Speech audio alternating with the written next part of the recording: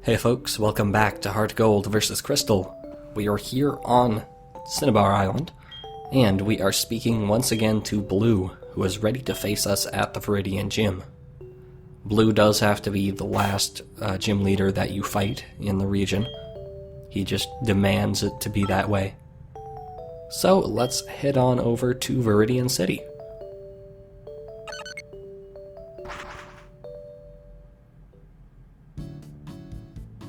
And let's very quickly heal, because I'm still not healed after that whole Blaine encounter. Now then, the Viridian City Gym is not over there, it's over here. It's a bit of an odd one. Originally, it was a ground-type gym, which is, like, cool, I guess. Now it's a I don't even know what the hell gym, basically. Blue himself has no type theme, and I don't think his trainers do either. So it's just kind of a free-for-all. Anyway, the puzzle here is these moving tiles. You stand on one, and you get rotatey, flip aroundy, and you have to basically find the right tile to step on in each situation, and navigate the maze. Anyway, got a couple trainers of interest. This one has a Licky Licky.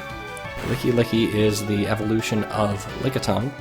Lickitung being a first-gen Pokemon, Licky Licky being introduced in the 4th generation. It is another one of those Tangela-like Pokemon in that it evolves when it knows a certain move, basically. It's really weird, and I don't like its design as much as I like Lickitung's.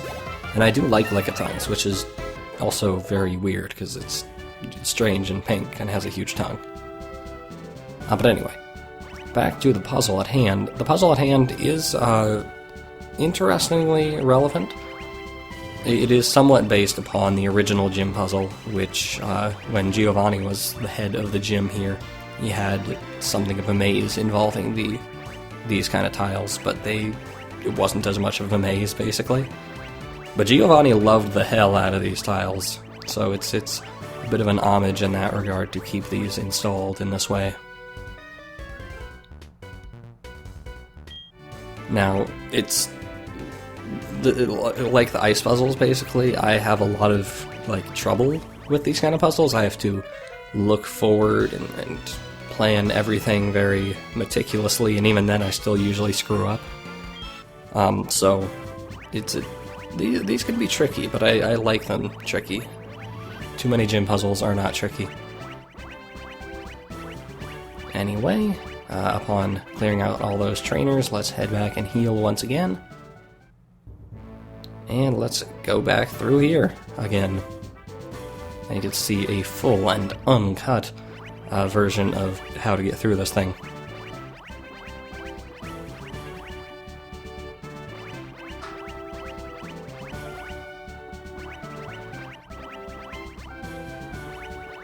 That was especially mean, because you can't, see all the way up, so you may not necessarily know what's awaiting you up there. Anyway, here we have Pokemon Trainer Blue, Pokemon Gym Leader Blue, Pokemon X-Champion Blue, also known as Pokemon Trainer Green, also known as Pokemon Gym Leader Green, also known as X-Pokemon Champion Green. Because originally, this guy was named for the corresponding alternate version for Pokemon Red, which in Japan was green, and in America was blue. The people were not entirely sure what his name would be in these remakes, because these are allegedly continuations of Fire Red and Leaf Green, so it would technically be green, but then that would not be in accordance with the original games of Gold, Silver, Crystal, and it's just a whole bundle of fun. Anyway, he leads off with an Executor, as you saw there, and mirror matching was not really a great idea here, because neither Executor could really do either to the opponent, so just used a variety of super effective moves to get him down pretty easily. Webster especially did a pretty good job with that Sucker Punch there. I'm loving the Sucker Punch. Anyway, Arcanine. What should be noted about Blue is that well, one, he was based originally as a rival, so he had a variety of Pokemon types to use. And secondly, since he was originally a rival, he would originally have one of the 3 Kanto starters on his team. And depending on which starter he chose, his fire, water, or grass types would be different. Here, since they don't have a starter to base that upon, he just has all those alternatives. But his team overall is very similar to his team from the original games, Red, Blue, Yellow, etc. He has the Executor, he has Arcanine, he has various other things that you will see soon. Arcanine especially is really cool. BT dubs. Anyway, Arcanine can actually be a pretty durable fire type, so I highly recommend packing up the big guns and using them. But he is a fire type, so something with Surf will probably do a good job against him. Just saying.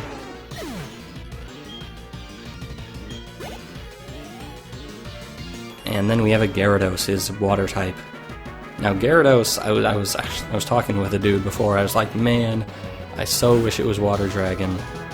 And this is a conversation that has been had for a decade now between countless people. But that would be kind of ridiculously dangerous in this situation. So as with other Gyarados that we've run into, an electric type would be ideal for taking this guy down. I don't have an electric type, so Klaus will have to do the job. I do have Swords Dance here, and a better rock type move than I've had in the past, so that will allow me to inflict more damage. But now he has Dragon Dance, and Dragon Dance, as you may very well know, increases both attack and speed 1 stage. And if I let him get up too many Dragon Dances and act upon those Dragon Dances, he can inflict a lot of damage. Klaus amazingly pulls through, has much better physical defense than I thought he did. So managed to live a double boosted return. That's pretty darn good. But watch out for that Gyarados. It is very, very threatening. Bring in a fast electric type or something. Anywho, next up is a RideOn. RideOn, you'll recall from a few episodes ago when I was complaining about Brock's Rhyhorn. It is rock ground, and it will fall prey to any water type move that you have. And Surf should be on your team, so it really shouldn't pose any issue. It won't outspeed like anything you have. It should be pretty easy. Now then, I'm a Machamp. Machamp's a little weird. Didn't really expect him to have it. But I think Klaus is just on a kind of a streak right now. I've got the Swords Dance up, so I want to make the most use of it as I can. So, yeah, Klaus did a pretty darn good job here, I would say. But anyway, Machamp, pure fighting type, that means it's time for Frida. Let's use some Psychic up in here. And I don't expect these Stone Edges to do much. But it should be noted that this Machamp, most likely, I think, pretty sure, has the move, the ability, rather, No Guard, which makes all of its attacks hit. So if you were hoping for some accuracy hacks or something, good luck, because you're not getting it. Anyway, miraculous save right there by Frida. Pretty fantastic. And we are down to Blue's last Pokemon. And of course, it's Everett time. It's always Everett time. But his final Pokemon is a Pidgeot, or Pidgeot, I don't even frickin' know. I think the jury's still out on that one. But Pidgeot is the Route 1 normal flying type of Kanto. I love that it stayed on his team for these 3 years still. And what should actually be noted about this Pidgeot here is that it has the ability Tangled Feet. So when it's confused, its evasion actually raises, and that made hitting it slightly more annoying with Everett. It was still overall worth confusing it, but it changed things a lot. Anyway, after a whole bunch of whittling and healing and etc., Pidgeot goes down, and that takes care of Blue. He is most definitely the toughest gym leader of the game. Genuine challenge. And that's the case in Crystal after this commercial break. Alrighty, here we go. In Crystal, as you can see, the gym was also much lamer in this version. No puzzle, no trainers. But anyway, Blue in this version leads off with this Pidgeot, and because it doesn't have Tangled Feet or anything, it like, isn't that remarkable anymore, unfortunately. And I'll be taking it out in much the same way as I did before, Confuse Ray, plus Dark Moves and Whittling.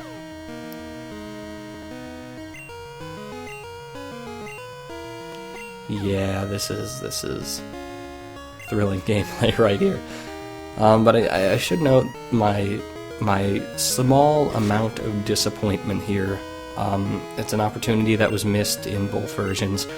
I really wish that they had gone and used a remix, or hell, just the original music of like his champion theme or his rival theme from Red, Blue, Yellow, Fire Red, Leaf Green, etc. Just as a kind of a reprise, because I think that would be really cool, personally. And if it didn't like remove the sound effects, I would have edited the song in post. But nah, just gotta go with the original, with the regular Kanto Gym Leader music, which is good music. It's one of my favorite tracks, but we've heard it plenty of times before. This is the 16th time hearing it in this playthrough in very few episodes. Anyway, next up, RideOn. RideOn, I cannot tell you if it was changed at all, because it is a RideOn, it gets one-shotted by Surf, and I don't know what else it could possibly do. It poses no threat, ever.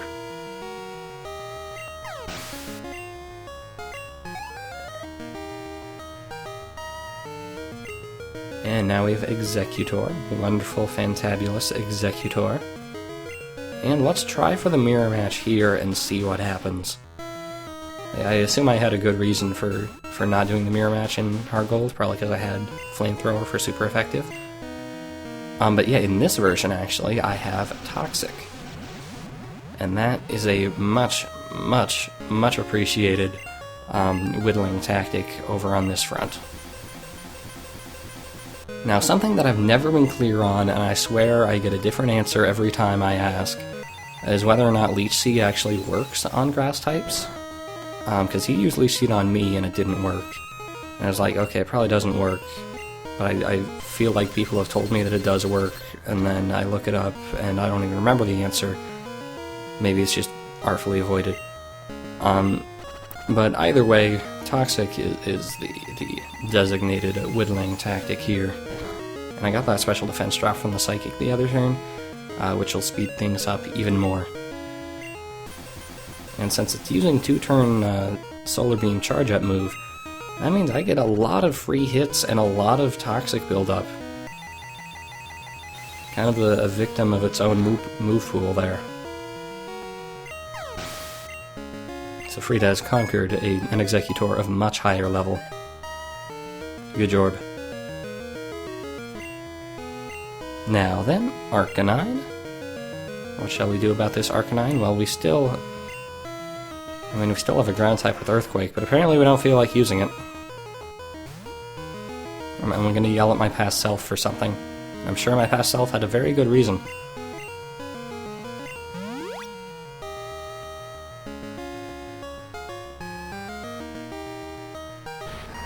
Anyway, this Arcanine has Flamethrower. Be careful. If you are for whatever reason using a grass type against him, or a steel type or something, I cannot. A Steelix with Earthquake, maybe? It would be in danger here. But I mean, there's also the fact that Arcanine's just pretty powerful, and Flamethrower is a pretty powerful move.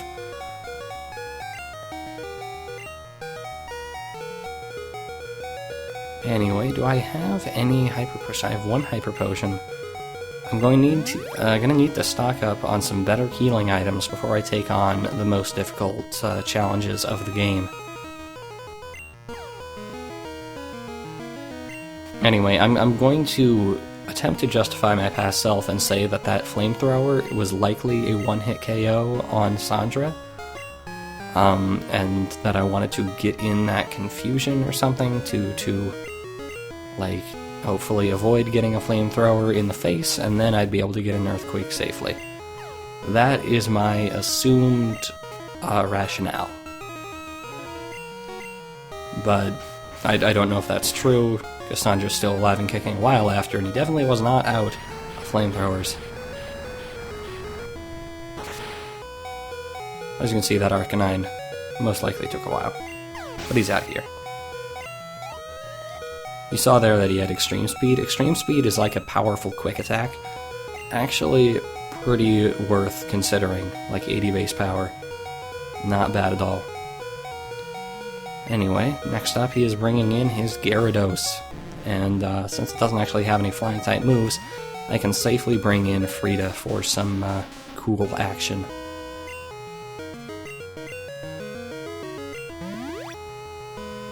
So I believe Toxic and Leech Seed will be in order for this thing. Ooh my, hello. Hyper Beam. Hyper Beam is a dangerous move, and it's even more dangerous in Crystal than it is in HeartGold, at least on this Gyarados, because, as you most likely know, there was a physical special split in the 4th generation, wherein moves of a single type could either be physical or special, whereas back in the day of Crystal, Hyper Beam was always physical. So basically, Hyper Beam is running off Gyarados' high physical attack stat in this generation when it does not in HeartGold, and that makes it a force to be reckoned with. Umai. The Recharge's turn is still a hamper on his offensive capabilities, but it's dangerous. Now, in an ideal world, Webster would be able to outspeed this Gyarados through use of Scary Face, and then use a combination of like Dig and various shenanigans in order to avoid all of his Hyper Beams, because then I could like dig down, he would miss, I'd come back up, and then we would repeat the cycle. I wouldn't be able to damage him, but it would be a way to run him down out of Hyper Beams and keep things safe for Webster. Didn't go for that strategy because he could very easily just change his timing, and that would screw me over completely. So instead, let's just go for the ever-reliable Sledge Bomb tactic. And a wonderful survival by Webster there. And we now have Webster taking out a Gyarados that was blasting with Hyper Beams. Webster has accomplished great things in this playthrough. Let this be an example to all you Gyarados naysayers. Now here's a completely different thing in this version. Rather than a Machamp, he has an Alakazam, which is more in line with his team in the original games. And Alakazam, well, we've run into these things before. It's pure Psychic. It has high special attack. And Everett laughs in its face, because Everett is a Dark type and does not give any sorts of number 2 materials about Alakazam's psychic tendencies. So let's just get Everett into prime condition, and let Bree take the fall. Thank you, Bree. Love you. And this Alakazam won't... well, he'll know exactly what hit him. Everett hit him. And it was glorious. But this Alakazam will not be able to do anything. So let's just let's use Feint Attack until it dies. This is Sabrina Part 2, basically. And that shouldn't take too long to destroy. Oh, what have you done, Alakazam? You've gotten rid of my super effective moves. I will have to use something else. Oh, right. And Alakazam has Recover. Which means that until he runs out of Recover, I will be forced to very slowly whittle him with everything that I have at my disposal. And he will just recover it back. no potions necessary. Which means that this could be a very long, slow, arduous ordeal. You see I was going for the Iron Tails to hopefully lower his defense and speed things up, but I'm just gonna tell you that doesn't really happen. So instead, let's just let's warp forward a little bit. And by a little bit, I mean a lot. And Alakazam goes down, but you can see Everett did not take a hit at all, because Alakazam could not do anything. It was just a matter of time. And that takes care of Blue. Fantabulastic. That is his sprite from Red, Blue, Yellow, by the way. It's a nice touch. And that is all 8 badges in Kanto. Thank you very much, Blue.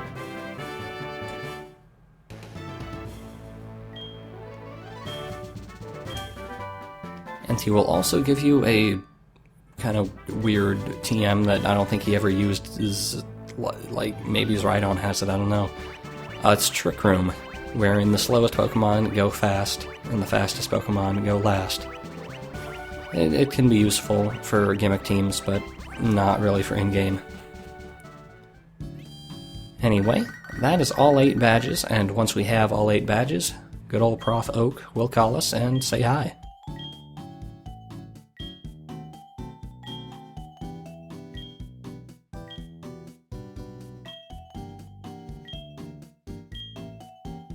Wonderful. So let's go get our prize in the next episode. So I will see you guys next time.